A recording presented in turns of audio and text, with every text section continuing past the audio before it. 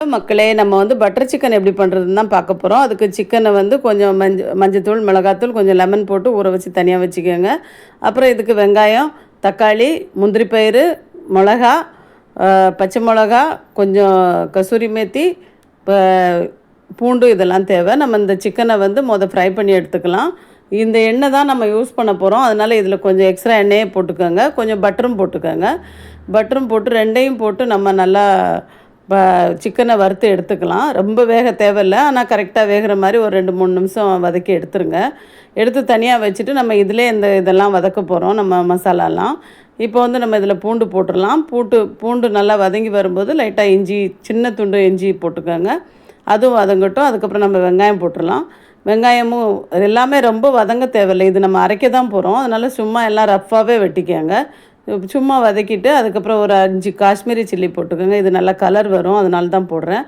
அப்புறம் 2 பச்சை மிளகாய், இதையும் எல்லாமே வதங்கி வரட்டும். நல்லா வதங்கி வரும்போது கொஞ்சோண்டு சீரகம், கொஞ்சோண்டு மிளகு, ரொம்ப கம்மியாக, ரொம்ப ஜாஸ்தி தேவையில்லை. ஏன்னா இந்த மசாலா வாசம்லாம் நமக்கு அடிக்கக்கூடாது. இது பட்டர் சிக்கன், அதனால் பட்டரோட ஃப்ளேவர் தான் இருக்கணும்.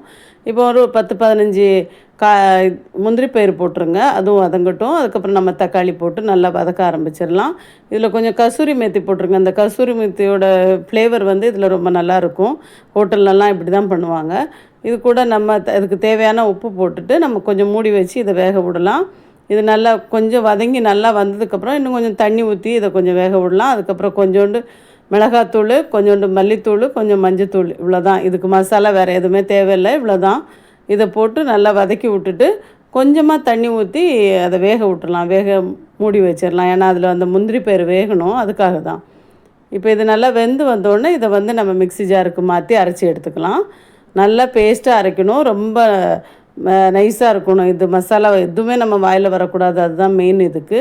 இப்போ நம்ம வந்து அடுப்பில் கடாய் வச்சுட்டு அதில் வந்து இதெல்லாமே நம்ம போட்டுடலாம். இந்த மசாலா அரைச்சி வச்சுருக்கிறத போட்டுட்டு அது நல்லா வதங்கி வரும்போது நம்ம வந்து கொஞ்சம் கொதித்து வரும்போது நம்ம சிக்கன் போட்டுடலாம்.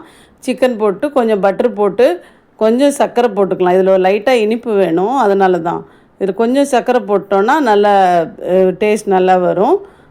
அதுக்கப்புறமா இதை நல்லா மிக்ஸ் பண்ணி விட்ருங்க. நல்லா மிக்ஸ் பண்ணி நல்லா வெந்து வரும்போது நல்லா சிக்கன் வேகணும்னு அவசியம் இல்லை, ஆனால் அந்த மசாலாலாம் அதில் பிடிக்கணும், அதுக்காக தான்.